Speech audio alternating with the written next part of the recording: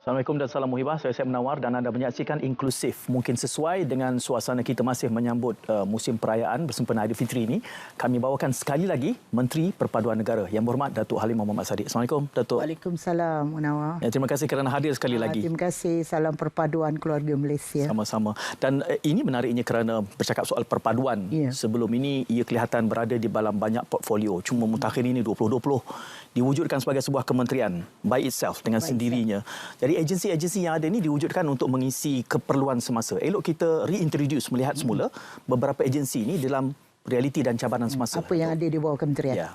Terima kasih. Saya ucapkan terima kasih kepada RTM. Terima kasih pada Syed Munawar untuk program inklusif ni. Saya ingat ni dah kali ketiga kita datang. Kalau dapat tiap-tiap bulan kita datang. Jadi kita boleh cakap banyak. Kementerian Perpaduan Negara seperti mana yang Munawar maklum, telah pun diwujudkan pada 10 Mac tahun 2020. Sebelum ni dia berada di Kementerian Perpaduan Negara itu ada. Tetapi diletakkan di bawah bersama dengan tanggungjawab kementerian-kementerian yang lain. Kalau dulu saya ingat lagi waktu saya jadi Exco Kerajaan Negeri, dia diletakkan Kementerian Perpaduan Negara dan Pembangunan Masyarakat. Zaman arwahnya Tan Sri Kak Leha dan sebagainya. Jadi pada kali ini diletakkan kembali dan diletakkan kembali kerana sejarah dulu pernah diwujudkan atas nama kementerian itu sendiri pada tahun 1976.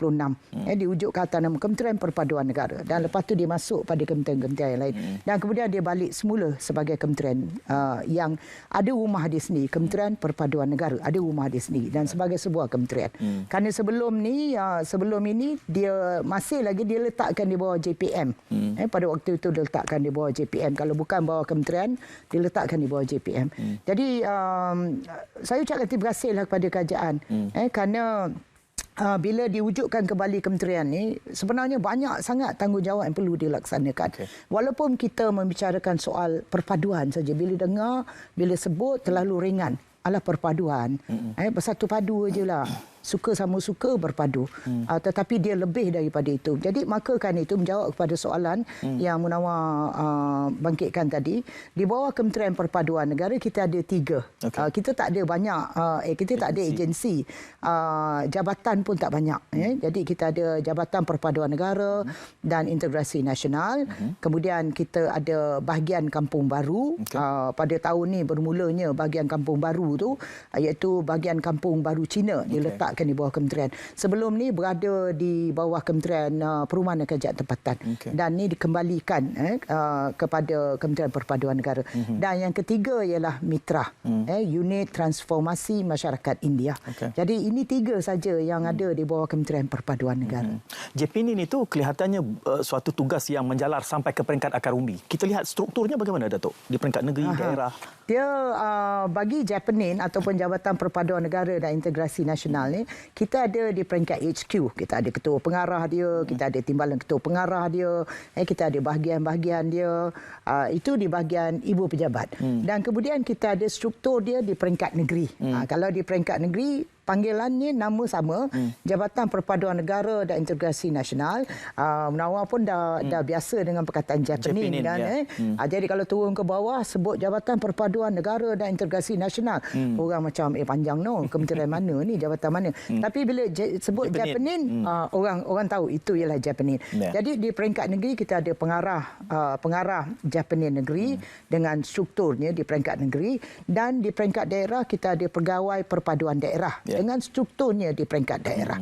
Dan masing-masing ada tanggungjawab dan peranan yang perlu dilaksanakan ke atas apa juga yang telah pun kita fikirkan, kita rancang untuk kita terjemahkan dalam bentuk agenda perpaduan nasional daripada peringkat atasan HQ kementerian, HQ negeri dan daerah, dan kemudian seperti Munawar cakap menjalar hingga ke peringkat akar umbi. Itu sebenarnya struktur Japanin. Dan setiap satu unit bahagian dan juga jabatan ini ada peruntukannya. Saya difahamkan mitra misalnya 100 juta, unit Kampung Baru ada 86 juta. 86 juta. Mungkin kita jelaskan sedikit soal peruntukan ini, bagaimana pengisian dan bentuk programnya. Kita lihat mitra tu. Mitra, okey. Ya betul. Kalau kerana kementerian telah diberikan peruntukan dalam belanjawan bila dibentangkan oleh kerajaan, peruntukan telah dibekalkan kepada kementerian-kementerian mengikut kepada perancangan program ataupun projek yang nak dilakukan oleh kementerian-kementerian. Jadi itu juga tidak tinggallah kepada kementerian saya, telah pun diberikan peruntukan dan peruntukan yang diberikan ini dia akan merangkumi segala gerak kerja yang perlu kita lakukan. Jadi contoh kalau di bawah Japanin kita ada kerana kita ada KRT, ada di antara masyarakat kita Munawar, mereka fikir KRT ni dia macam NGO biasa. Jadi berdaftar dengan ROS, boleh wujudkan persatuan KRT ke apa, tidak sebenarnya. KRT ni diwujudkan di bawah Akta KRT, Akta 751. Dan bila saya sebut KRT ni, dia ada ketua pengarah KRT dia dan sebagainya. Dan di bawah Japanin juga kita ada pendidikan awal kanak-kanak. Kita ada tadika perpaduan, kita ada semua sekali macam tadi KRT kita ada 8,330 KRT di seluruh negara, daripada Semenanjung hingga kepada Sabah Sarawak. Dan kita ada tadika perpaduan negara, ada 1,781 tadika perpaduan negara, kita ada taska genius perpaduan negara, dan selain daripada itu ialah pelaksanaan program-program yang perlu dilaksanakan di bawah plan yang telah pun kita bangunkan, dan juga program-program yang melibatkan perancangan agenda perpaduan nasional. Maknanya kerana sebelum ni Munawar pun tahu Japanin ni, bila sebut Japanin banyak aktiviti yang dilakukan. Terutama bila hari kemerdekaan dan sebagainya, memang telah pun rakyat memang tahulah, memang dah ada Japanin tu. Pejabat perpaduan daerah memang dah ada program yang dilangsungkan. Jadi untuk mitra ni, kerajaan peruntukkan 100 juta. Dari tahun 2020 kita terima 100 juta, tahun lepas dan tahun ni 100 juta. Dan 100 juta ni dulu kita ada Malaysian Indian Blueprint. Malaysian Indian Blueprint. Dan 100 juta pada waktu itu akan digunakan oleh mitra berdasarkan kepada 3 perkara. Satu, program-program yang berkaitan dengan modal insan. Kedua, program-program berkaitan dengan keusahawanan masyarakat India. Ketiga, program yang berkaitan dengan soal kesejahteraan komuniti dan juga keluarga masyarakat India. Jadi 100 juta itu perlu dibelanjakan untuk kita laksanakan program-program ini. Sama jugalah dengan Kampung Baru dan sebagainya. Jadi itu peruntukan yang kerajaan berikan kepada kita. Dan kelihatannya semenjak MIB itu sudah pun diwujudkan, perlu diterjemahkan pula dalam bentuk program yang lebih menjurus supaya lebih tersusun dan memberikan impak melihat kepada cabaran semasa. Ada pelan tindakan masyarakat India itu diperdebatkan juga termasuk di dalam parlimen. Dia bila kita ada MIB ni, Malaysian Indian Blueprint ni. Jadi dia sebenarnya MIB ni diwujudkan pada tahun 2017. Dia bukan bila kita membicarakan soal pembangunan masyarakat India, dia bukan menjadi tanggungjawab Kementerian Perpaduan Negara di bawah mitra aja. Kerana peruntukan yang kita dapat hanya 100 juta aja, Munawar. Tak ada banyak benda yang kita boleh buat 100 juta. Jadi kalau kita nak membicarakan soal pembangunan secara keseluruhannya masyarakat India, dah tentu 100 juta tu tak cukup. Tapi melalui MIB, Malaysian Indian Blueprint ni yang dibangunkan tahun 2017 yang saya sebutkan tadi, mitra mengambil tanggungjawab ke atas 3 perkara yang saya sebut daripada awal tadi, modal insan, keusahawanan dan kesejahteraan komuniti dan keluarga dan sebagainya. Jadi 100 juta tu perlu dibelanjakan. Dan bagaimana tadi Munawar dia tanya dengan saya, bagaimana pengurusan perbelanjaan itu. Adakah diberikan begitu ke, atau adakah mitra yang mengendalikan program ataupun projek bagi pembangunan masyarakat India? Dia sebenarnya 100 juta ni diperuntukkan oleh kerajaan dan dipantau oleh pihak Kementerian Keuangan. Jadi kita tak boleh main suka-suka je. Ada 100 juta, main kita enjoy sakan. Apa yang kita nak buat, kita boleh uruskan. Tak ada. Apa juga program yang telah pun disusun oleh mitra ni, kita perlu maklumkan kepada pihak Kementerian Keuangan. Jadi maka kerana itu, kita wujudkan 2 jawatan kuasa. Satu, jawatan kuasa penilaian, jawatan kuasa penilai, jawatan kuasa penilai mitra. Maknanya, apa-apa juga permohonan yang dibuat secara online, bila permohonan itu dia menepati kepada syarat kriteria, kalau ada yang tak tepat, kita akan balik semula kepada badan NGO ke apa ni yang buat permohonan, suruh update kan. Dan bila semua syarat itu ditepati, kertas permohonan itu akan dibawa pada jawatan kuasa penilai. Dan jawatan kuasa penilai ini difungsikan oleh Yang Bahagia Datuk KSU saya. Dan bersama dengan ahli-ahli jawatan kuasanya. Dia bukan dia seorang, ada ahli-ahli jawatan kuasanya. Dan jawatan kuasa penilai akan membuat pertimbangan. Permohonan daripada NGO A untuk program ABC. Permohonan peruntukan sekian banyak. Jadi penilaian akan dibuat oleh jawatan kuasa. Dan bila badan-badan bukan kerajaan ni, atau mana-mana badan yang nak buat permohonan, kita akan juga lihat kepada pengurusi dia, ahli lembaga, pengarah dia, nak tentukan permohonan ini datang daripada NGO atau mana-mana permohon yang genuine, yang asli, bukan yang main nak mohon duit kerajaan aja gitu, ambil duit kerajaan dan lari. Jadi kita nak tentukan permohonan adalah permohonan yang sahih.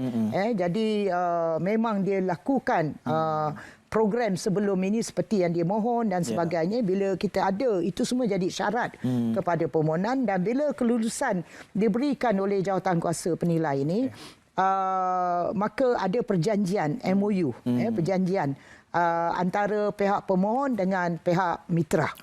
Jadi ada perjanjian dia. Dan bila ada perjanjian, peruntukan tu akan dikeluarkan secara berperingkat mengikut kepada fasa-fasa program dia yang telah pun ditetapkan oleh jawatan kuasa penilai. Pembayaran mungkin pertama 50%, 40% dan akhirnya 10%. Dan kita wujudkan juga jawatan kuasa pemantau yang difungsikan oleh Yang Bahagia Datuk KSU juga untuk memantau pelaksanaan program yang telah diberikan kelulusan melalui jawatan kuasa penilai. Jadi dan pada tahun ini kita akan pamerkan semua permohonan-permohonan yang telah pun berjaya mendapat kelulusan, berapa banyak permohonan yang diluluskan, apa program yang akan dilaksanakan, supaya dia boleh menjadi makluman umum tentang apa yang dilakukan. Jadi tidak ada penyalahgunaan dana dan sebagainya. Ini kaedahnya untuk mengisi pelan tindakan masyarakat India yang dibicarakan tadi? Yang ini ialah pada peringkat awal yang dilakukan oleh mitra pada tahun 2020 dan sehingga dia sebelum itulah 2019, 2020 sehingga pada hari ini.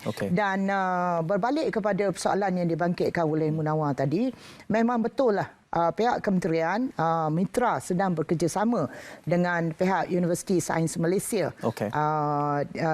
diketuai oleh Profesor Siva Murugan Pandian. Munawar pun kawan kita semua. Kawan kita yang memang faham tentang masalah masyarakat rakyat, terutama dalam bab yang berkaitan masyarakat India.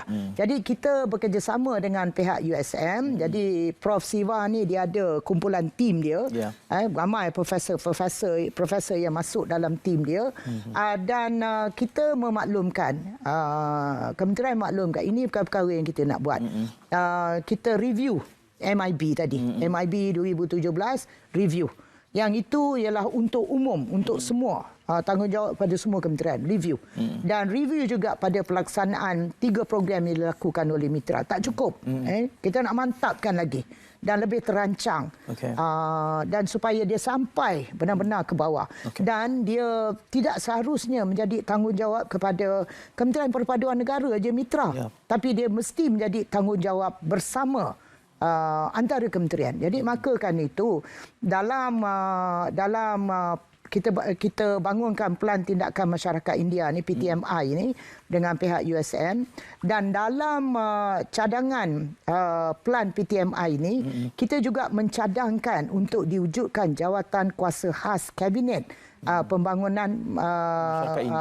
pembangunan sosioekonomi masyarakat India. Jadi kita cadangkan dalam PTMI ini. Dan saya telah pun berbincang dengan Yang Berhormat Datuk Mustafa Mohamed, Menteri EPU. Kertas sedang disediakan yang akan dibawa oleh EPU kepada Kabinet tentang penubuhan PTMI ini dan tentang penubuhan jawatan kuasa khas Kabinet mengenai pembangunan sosioekonomi masyarakat India ini dalam masa terdekat ni.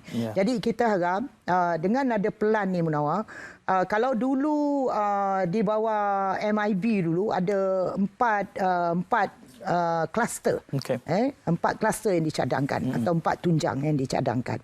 Tapi pada PTMI kali ini dia lebih macam mana nak kata, dia lebih bersifat secara menyeluruh, holistik, dengan 5 tunjang yang ada. Termasuklah memperkasakan wanita, wanita masyarakat India kita. Jadi kita sedang dalam peringkat libat urus sekarang. Kita jumpa dengan pakar-pakar akademik kita, kita jumpa dengan semua pemegang taruh.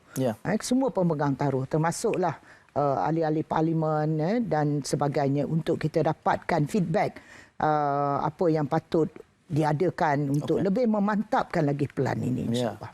Seperti yang Datuk gambarkan, kedengarannya kementerian ini sangat perlu bekerja akrab dengan NGO. Dalam 2 minit yang berbaki ini pesan Datuk kepada NGO yang mungkin sedang menantikan menyaksikan. Kita sebenarnya dah adakan libat urus dengan pihak NGO dah 2 kali dah. Kita sedang dalam tindakan juga untuk membangunkan plan rakan perpaduan NGO kita ataupun Friends of Unity. Dan ini adalah kerjasama yang dibuat oleh kementerian bersama dengan Yayasan Perpaduan Negara. Saya ucapkan terima kasih kepada Tan Sri Lilamtai, kepada Profesor Suresh, kerana mereka yang membawa secara bersama Yayasan Perpaduan Negara ini, dan juga terima kasih kepada semua NGO-NGO yang telah pun tampil untuk bersama-sama mencadangkan apa yang perlu dilakukan oleh kerajaan dengan kerjasama badan-badan bukan kerajaan. Kerana kita kerajaan tak boleh bekerja secara silo. Tak boleh kalau kita kerajaan kita je. Kita perlukan sokongan daripada badan-badan bukan kerajaan. Kita perlukan sokongan daripada pihak swasta. Kita perlukan sokongan daripada rakyat Malaysia untuk kita jayakan agenda perpaduan negara ini. Jadi saya harap nanti dalam sesi akan datang Munawar, kita boleh bercakap dengan lebih luas lagi berkaitan dengan plan rakan perpaduan Friends of Unity. Apabila Datuk mengatakan bahawa nanti sesi yang akan datang tu maksudnya itu arahan ataupun kami kita menantikan saja Datuk. Itu maknanya nanti Munawar tu kanlah kalau dapat setiap kali saya lah datang. InsyaAllah maknanya saya datang bersama Munawar. InsyaAllah. Jadi berpeluh-peluh saya ni. Datuk terima kasih. Dan seperti yang Datuk mulakan di awal tadi bahawa perpaduan ini kedengarannya mungkin sesuatu yang sangat nominal biasa, tetapi bila kita menelusuri ke dalam sebenarnya urusannya cukup besar dan banyak sekali. Saya doakan kekuatan buat Datuk dan pasukan di kementerian. Saya minta Munawar doakan supaya pihak kementerian dapat menjayakan plan kami perpaduan keluarga Malaysia untuk aspirasi keluarga Malaysia dengan keterangkumannya, kebersamaan dengan kesyukurannya. InsyaAllah kita dapat melahirkan keluarga Malaysia. Allahumma amin. Kami dapat rasakan keikhlasan itu. Mudah-mudahan terus diberikan kekuatan. Terima kasih Datuk. Dan terima kasih kepada semua yang menonton kami di Inklusif. Kita jumpa lagi insyaAllah. Assalamualaikum. Salam muhibah.